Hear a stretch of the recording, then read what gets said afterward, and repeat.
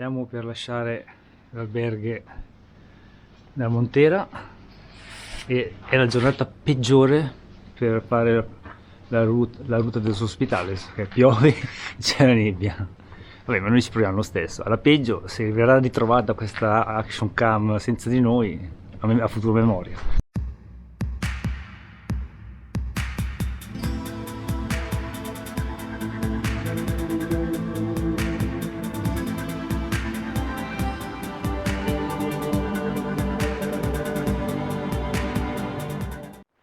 Allora, sono le 7:15, come vedete c'è poca luce, piove, panorama neanche a pensarci, per cui mi sa che la prossima ripresa ve la faccio fra un'oretta, perché è inutile farvi riprese così. A tra poco, per voi. Ok, due in cammino. Oggi affrontiamo la tappa più difficile del cammino. Così dicono, Così dicono, da Borres a Berduseto. Sono 24 km e 900 metri in salita. E poi ci sarà anche la discesa. E purtroppo lo affrontiamo in uno dei giorni meno indicati per farlo, perché piove, adesso sta piovigginando, piove e c'è nebbia, per cui c'è un grosso pericolo di perdersi.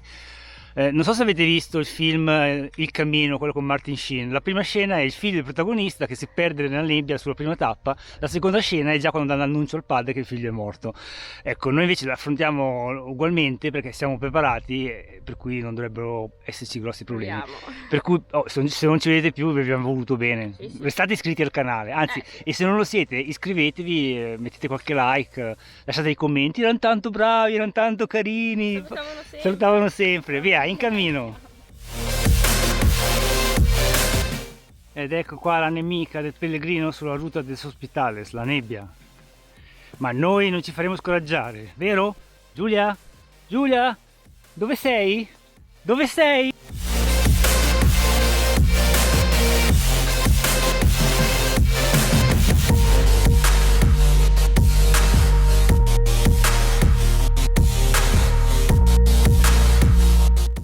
Peccato che sarebbe stata una tappa molto panoramica. No, qui l'unico panorama che vedete è il culo delle vacche. Qui deve essere bruciata l'erba, non so se è stoppicato volontariamente per liberare dalle sterpaglie questo fuoco. Ma qui la prova che ogni tanto non piove anche da queste parti, perché altrimenti il fuoco non attaccherebbe. E qua tutto bruciacchiato. La neve! No, non è neve, ma sono fili d'erba tutti pieni di goccioline d'acqua. Guarda che belli! Sembrano tanti grappolini d'uva, guarda, sono proprio appese. Sì, non c'è la neve, ma poco ci manca, perché prima veniva giù anche un vento freddo. Mamma mia che giornata! Oggi è il 6 agosto 2023. No, beh, gennaio no. Cioè, no, a gennaio era bello da noi. Vabbè dai, camminiamo, comunque niente di insormontabile.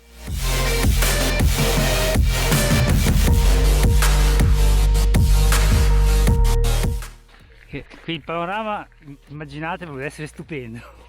Però immaginatevelo e basta.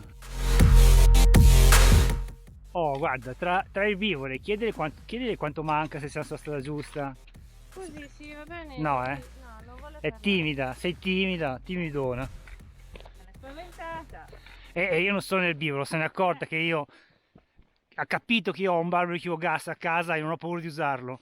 Oh, qui fianco scosceso, stiamo arrampicando su verso il pianoro su cui dovrebbe esserci le rovine di 4 antichi ospitali per pellegrini, tipo quello che c'era alla chiesaccia di Fornoli e altri che abbiamo visto anche in Italia, ecco, quel tipo lì, non l'alberghe moderno. Siamo arrivati sul primo pezzo del pianoro. Qui adesso piano piano sale man meno di prima, poi dopo ci sarà un'altra salita più decisa, però per adesso spiana un po'. Qui avreste potuto vedere il panorama simile a quello che abbiamo visto ieri, ma ancora più bello perché siamo ancora più in alto, e invece è della nebbia e le mucche, le onnipresenti mucche asturiane. Siamo arrivati alle rovine del primo dei 4 ospitali che danno nome a questa via, cioè queste sono le rovine dell'ospitale della Parla di Elia, secolo XV. Eccole qua, che in realtà potrebbe essere qualsiasi cosa, potrebbe essere anche una piccola malga, un ricovero per i pastori, però dicono che siano rovine di un ospitale, prendiamolo per buono, che dici? Su una traccia erbosa, non è molto segnata, però ci sono questi colonnoti. Capisco che se qui ci fosse una nebbia fitta con visibilità a meno di 5 metri, uno magari potrebbe anche sbagliarsi, però oggi non è il caso. Il grosso della salita l'abbiamo fatto, adesso sono questi pianori, ci sarà poi un'ultima salita dopo il quarto ospitale in rovina, che sarebbe anche bello in una giornata diversa. Ecco altri pellegrini dietro Giulia. L'idratazione è importante, non solo acqua, ma magari anche i sali di potassio e magnesio sciolti in acqua. Sì, sono un po' dolciastri, non è proprio il sapore migliore del mondo, però aiutano. Va bene. Momento beverone. Andiamo. Andiamo. È uno dei primi che vediamo, perché di solito ci sono di più, su francesi ci sono di più, un di ne trovi uno. Qui dove lasciano tutti i segni del passaggio, colorati, anche cose che non servono più o che si sono rotte.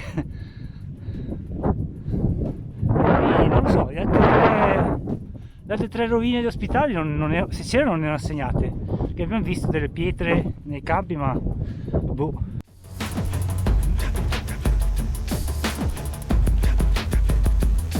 Queste sono le rovine dell'ospitale del Font Pharaon, ancora più antiche di quelle prima, XIII e XIV secolo. Vabbè, qui in realtà si può ancora usare come riparo, dovesse venire una tempesta e trovarvi qui, potreste infilarvi sotto e ripararvi. Segnaletica è in buono stato, come vedete qua ci fa abbandonare la strada principale, prende sentierino, ma c'è sia la freccia che la colonnina del cammino. Ok, vediamo un po' se si comincia a scendere. A Mappello mancano ancora 2 rovine di ospitali, chissà dove sono. Ok, quello è il terzo ospitale della via, ormai è tutto coperto di vegetazione, non stiamo neanche lì a scendere. Siamo a 13 km e mezzo da Berduseto. No, dovremmo vederne ancora uno e poi basta, finiti gli ospitali della Rua dos Hospitales.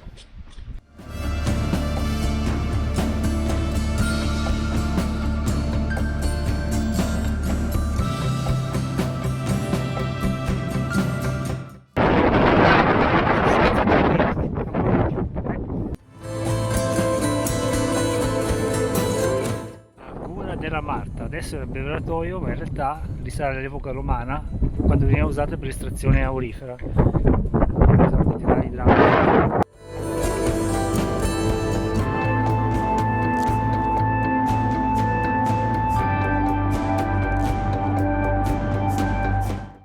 so se mi sentite, ma qui c'è una tempesta di vento gelido che porta dei cristalli di ghiaccio, porca miseria! Pare essere in inverno. Dai. Bruciato tutto, che da stamattina mettiamo a vedere i pezzi bruciati. Qui c'era la miniera d'oro romana, la Freita, però non lo so, guardate, si vede un pezzettino di costone lì. Che gli italiani a prendersi fino qui. Subito, guarda. Proviamo, vuoi provare? Qua dietro la nebbia è il picco del Palo, 1220 metri di altezza, e noi siamo il punto più alto del cammino, perché il cammino non sale su, ecco. E adesso scendiamo giù verso il passo, cos'è che è? E il Palu. Senti che si vede qualcosa qua sotto, un po' più di... però siamo già nella fase di discesa. Abbiamo già passato il punto più alto del cammino, il picco del Palo. Siamo scesi al passo del Palu, reso famoso dalla canzone di Iannacci. Faceva il Palu perché era dell'Urtiga, faceva il Palu perché era il Someste, o qualcosa del genere.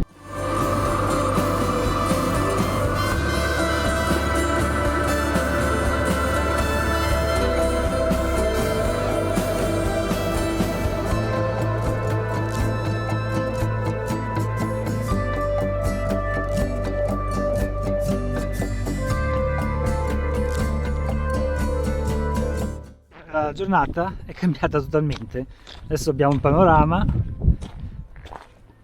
il vento c'è ma non è più forte e freddo come prima, è uscito il sole, speriamo, per cui mi lascia ben sperare per i prossimi giorni, magari camminare all'asciutto. Finora su 4 giorni di cammino 3 bagnati, abbiamo già eguagliato il record dell'anno scorso.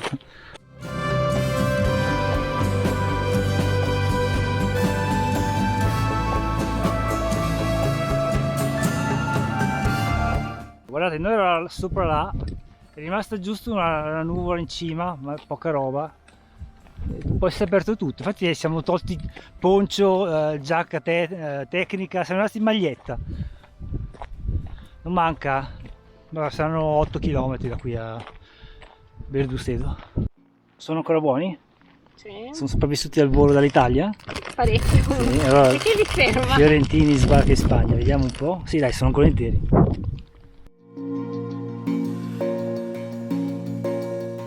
Nucleo agricolo di Montefurado, immagino sia solo stalle, ricoveri per attrezzi agricoli per animali. 7 km e 9 per Verdusseto.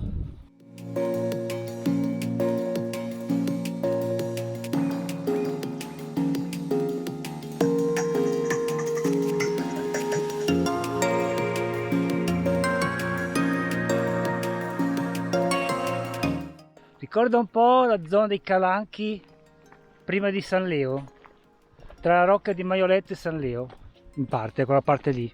Qua è molto panoramica, molto panoramica. Ecco, sopra là, dalla ruta dell'ospedale abbiamo potuto godere un panorama ancora migliore, ma come avete potuto vedere eravamo dentro una nuvola.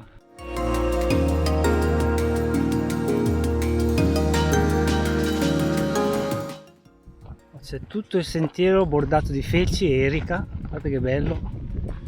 Sopra di noi corre la strada comunque, perché stiamo andando a Verdusseto, stiamo venendo la strada, ma sul sentiero. Pausa pranzo seduti al portico di questa chiesa, qui era segnata acqua, però non l'ho mica trovata l'acqua, abbiamo trovato solo una fontanella rotta. Vabbè dai, ne avevamo ancora tanta della nostra. Dopo il pellegrino col cappello da mago della prima tappa abbiamo il pellegrino farfalloso che cammina lieve appena sfiorando terra, come te, vai! 3 km e 9 da Verdusseto, 50 metri di salita rimasti, dai su! Te la fanno penare questa tappa, soprattutto se rallenti.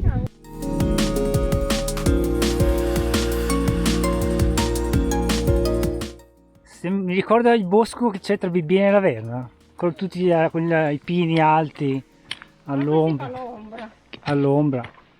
Poi dopo è finito e è cominciata la salita del sole. Quella è un'altra storia che potete vedere nella nostra playlist del cammino di San Francesco da Laverna, anzi no, nella nostra playlist della Via Ghibellina da Firenze a Laverna, che poi continua sul cammino di San Francesco da Laverna a Rimini.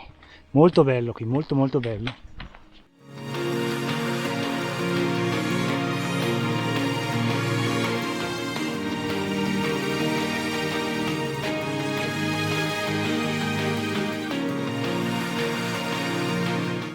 Verdusseto, qua è l'alberghe municipal, quello che si sempre per primo ovviamente. Noi andiamo a cercare il nostro alberghe privato. Sto cercando di economizzare. Allora, questa è la camerata, sono 24 letti.